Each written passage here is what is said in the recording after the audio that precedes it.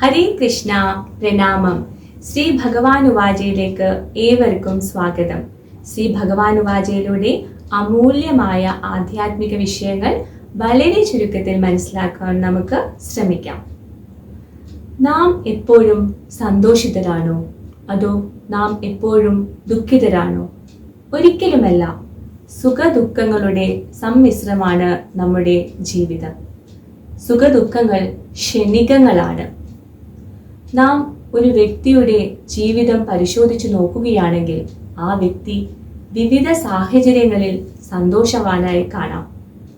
അദ്ദേഹം ആഗ്രഹിച്ചത് ലഭിക്കുമ്പോൾ, അദ്ദേഹത്തിൻ്റെ പ്രിയപ്പെട്ടവരുടെ സാന്നിധ്യം, അദ്ദേഹത്തിന് സമ്പത്ത് വർദ്ധിക്കുമ്പോൾ, അങ്ങനെ മംഗളകരമായ സാഹചര്യങ്ങളിൽ അദ്ദേഹത്തെ സന്തോഷവാനായി കാണാം. എന്നാൽ ഇതിന് വിപരീതമായി അമംഗളകരമായ സാഹചര്യങ്ങളിൽ, രോഗാവസ്ഥയിൽ, പ്രിയപ്പെട്ടവരുടെ വേർപിരിയലിൽ എന്നീ സാഹചര്യങ്ങളിൽ നമുക്ക് അദ്ദേഹത്തെ ദുഃഖിതനുമായും കാണാം. ഇത് സർവ്വസാധാരണമാണ്. ഭഗവത്ഗീത 2-ാം അധ്യായം 14-ാമത്തെ ശ്ലോകത്തിൽ ഭഗവാൻ പറയുന്നു, മാത്രാ സ്പർശാസ്തു കൗന്ദേയ ശീതോഷ്ണ സുഖദുഃഖദാ ആഗമാപായിനോ നിത്യസ് താം സ്ഥിതിക്ഷസ്വ ഭാരതാ. ഹേ കുന്തിപുത്ര, ക്ഷണികങ്ങളായ സുഖദുഃഖങ്ങളുടെ വരവും പോക്കും മഞ്ഞുകാലത്തിൻ്റെയും വേനൽക്കാലത്തിൻ്റെയും ഗതി വിഗതികൾ പോലെ അത്രേ. ഇന്ദ്രിയ അനുഭൂതിയിൽ നിന്നാണ് അവ ഉളവാകുന്നത്. ഹേ ഭാരത, അവയിൽ അസ്വസ്ഥനാകാതെ സഹിക്കാൻ ഒരാൾ പഠിക്കണം. കുരുക്ഷേത്ര യുദ്ധഭൂമിയിൽ വെച്ച് ഭഗവാൻ കൃഷ്ണൻ അർജുനനോട് പറയുന്ന വാക്കുകളാണിത്. അർജുനൻ ഒരു ശ്രേഷ്ഠനായ ക്ഷത്രിയനാണ്. അദ്ദേഹത്തിന്റെ ധർമ്മം യുദ്ധം ചെയ്യുക എന്നതാണ്. എന്നാൽ കുരുക്ഷേത്ര യുദ്ധഭൂമിയിൽ തന്റെ ഗുരുജനങ്ങളെയും ബന്ധുമിത്രാദികളെയും കണ്ട അർജുനൻ ധർമ്മസങ്കടത്തിലായി. തന്റെ നിയുക്ത കർമ്മം ചെയ്യുകയില്ല എന്ന് തീരുമാനിച്ചു. തന്റെ ഗുരുജനങ്ങളെ ഹനിച്ചിട്ട് നേടുന്ന സുഖഭോഗങ്ങൾ രക്തപങ്കിലമായിരിക്കുമെന്ന് അർജുനൻ ചിന്തിച്ചു. ഭഗവാൻ കൃഷ്ണൻ ഇവിടെ അർജുനനെ കൗന്ദേയ എന്നും ഭാരത എന്നും 2 പേരുകൾ വിളിച്ച് അഭിസംബോധന ചെയ്യുന്നു. കൗന്ദേയ എന്ന പദം അദ്ദേഹത്തിന്റെ മാതൃഭാഗത്തു നിന്നുള്ള രക്തബന്ധത്തെയും, ഭാരത എന്ന പദം പിതാവിന്റെ മഹനീയമായ പാരമ്പര്യത്തെയും സൂചിപ്പിക്കുന്നു. 2 വിധേനയും ശ്രേഷ്ഠമായ പാരമ്പര്യമാണ് അർജുനന്റേത്. ഈ മഹനീയമായ പാരമ്പര്യം അർജുനന്റെ കൃത്യനിർവഹണത്തിനുള്ള ഉത്തരവാദിത്വം വർദ്ധിപ്പിക്കുന്നുണ്ട്. അതുകൊണ്ട് തന്നെ അർജുനന് യുദ്ധം ചെയ്യാതിരിക്കുവാൻ സാധിക്കില്ല. അപ്പോൾ ഗുരുസ്ഥാനത്ത് നിന്നുകൊണ്ട് ഭഗവാൻ കൃഷ്ണൻ അർജുനനോട് പറയുന്ന വാക്കുകളാണിത്. സുഖദുഃഖങ്ങളുടെ വരവും പോക്കും മഞ്ഞുകാലത്തിന്റെയും വേനൽക്കാലത്തിന്റെയും വരവും പോക്കും പോലെയാണത്. അത് മാറി മാറിക്കൊണ്ടിരിക്കും. അവയിൽ അസ്വസ്ഥനാകാതെ അവയെ സഹിക്കാൻ പഠിക്കണം. മാത്രവുമല്ല, അത് ഇന്ദ്രിയ അനുഭൂതിയിൽ നിന്നാണ് ഉണ്ടാകുന്നത്. കാലാവസ്ഥ മൂലമുണ്ടാകുന്ന അസൗകര്യങ്ങൾ വകവയ്ക്കാതെ എല്ലാവരും സ്വന്തം കടമകൾ നിറവേറ്റേണ്ടതുണ്ട്.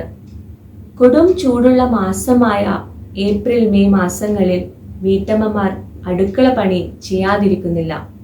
അമ്മമാർ കുഞ്ഞുങ്ങൾക്ക് ഭക്ഷണം ഉണ്ടാക്കി കൊടുക്കുക തന്നെ ചെയ്യും. അതുപോലെ കൊടും തണുപ്പുള്ള മാഘമാസം, ജാനുവരി, ഫെബ്രുവരി മാസങ്ങളിൽ വൈദിക നിയമപ്രകാരം ഒരാൾ പ്രഭാത സ്നാനം ചെയ്യണമെന്നാണ്. ഇതിൽ അടിയുറച്ചു വിശ്വസിക്കുന്ന ഒരു വ്യക്തി പ്രഭാത സ്നാനം ചെയ്യുക തന്നെ ചെയ്യും. നമ്മുടെ ജീവിതത്തിൽ എപ്പോഴും ഉയർച്ചയും താഴ്ചയും വന്നുകൊണ്ടേയിരിക്കും. പവിത്രമായ ദാമ്പത്യ ബന്ധത്തിന്റെ പ്രാധാന്യം മനസ്സിലാക്കിയ ഭാര്യാഭർത്താക്കന്മാർ ജീവിതത്തിന്റെ വിവിധ ഘട്ടങ്ങളിൽ ഉണ്ടാകുന്ന പ്രശ്നങ്ങളെ സഹിക്കുവാൻ പഠിക്കണം.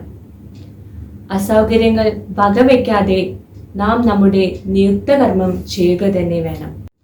നാം അനുഭവിക്കുന്ന സുഖമായാലും ദുഃഖമായാലും അത് ഇന്ദ്രിയങ്ങളിലൂടെയുള്ള അനുഭൂതി മാത്രമാണ്. കണ്ണിന് ഇഷ്ടമുള്ളത് കാണുമ്പോൾ നാം സന്തോഷിക്കുന്നു, ചെവിക്ക് ഇമ്പമുള്ളത് കേൾക്കുമ്പോൾ നാം സന്തോഷിക്കുന്നു എന്നിങ്ങനെ ഇതിന് വിപരീതമായി സംഭവിക്കുമ്പോൾ നാം ദുഃഖിക്കുന്നു. അങ്ങനെ സുഖവും ദുഃഖവും ഇന്ദ്രിയങ്ങളിലൂടെ മാറി മാറി നാം അനുഭവിക്കുന്നു.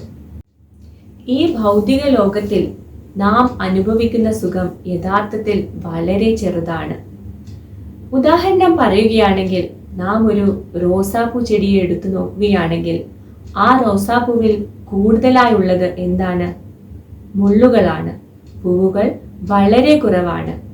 എന്നാൽ നാം ആ ചെടിയെ വിളിക്കുന്നത് പനിനീർപ്പൂ ചെടി എന്നാണ്. യഥാർത്ഥത്തിൽ അതൊരു പനിനീർപ്പൂ ചെടിയല്ല, അതൊരു മുൾച്ചെടിയാണ്. ഇതുപോലെയാണ് ഈ ഭൗതിക ലോകത്തിലെ സുഖവും.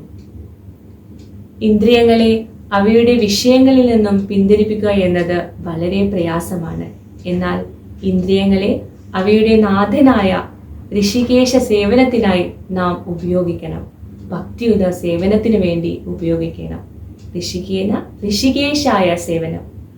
അങ്ങനെ ലഭിക്കുന്ന പരമാനന്ദം ഈ ഭൗതിക ലോകത്തിലെ സുഖത്തെ താരതമ്യം ചെയ്യുമ്പോൾ വളരെ വളരെ വലുതാണ്. ഒരുവൻ ഒരു വൃക്ഷത്തെ പോലെ എല്ലാം സഹിക്കുവാൻ പഠിക്കണം. ഒരു വൃക്ഷം എപ്രകാരമാണോ കഠിനമായ തണുപ്പിനെയും ചൂടിനെയും മഞ്ഞിനെയും മഴയെയും സഹിക്കുന്നത്, അതുപോലെ ഒരു വൃക്ഷത്തെ പോലെ ഒരുവൻ എല്ലാം സഹിക്കുവാൻ പഠിക്കണം. സഹിഷ്ണുത എന്നത് വൈഷ്ണവ ഗുണമാണ്. വൈഷ്ണവാനാം യഥാശംഭു. ദക്ഷയാഗത്തിൽ വെച്ച് ദക്ഷൻ പരമശിവനെ അതികഠിനമായ വാക്കുകൾ കൊണ്ട് അപമാനിച്ചപ്പോൾ പരമശിവൻ ഒരു വൃക്ഷത്തെ പോലെ അത് സഹിച്ചു. നമ്മുടെ മനുഷ്യജന്മത്തിന്റെ ഉയർന്ന ലക്ഷ്യം മനസ്സിലാക്കി നാം നമ്മുടെ ഇന്ദ്രിയങ്ങളെ ഭഗവത് സേവനത്തിനായി വിനിയോഗിക്കണം. ഈ കലിയുഗത്തിൽ ഹരിനാമ സങ്കീർത്തനത്തിലൂടെ നമുക്ക് പരിശുദ്ധരായി മാറാം. കൃഷ്ണാവബോധമുള്ള ഒരു വ്യക്തിക്ക് ഭഗവാന്റെ കാരുണ്യത്താൽ സ്വഭാവനെ എല്ലാം സഹിക്കുവാനുള്ള കഴിവ് വന്നു ചേരുന്നു. ഹരേ കൃഷ്ണ. പ്രണാമം. ശ്രീല പ്രഭുപാദ് കി ജയ്. ഗുരു മഹാരാജ് കി ജയ്. ഹരേ കൃഷ്ണ.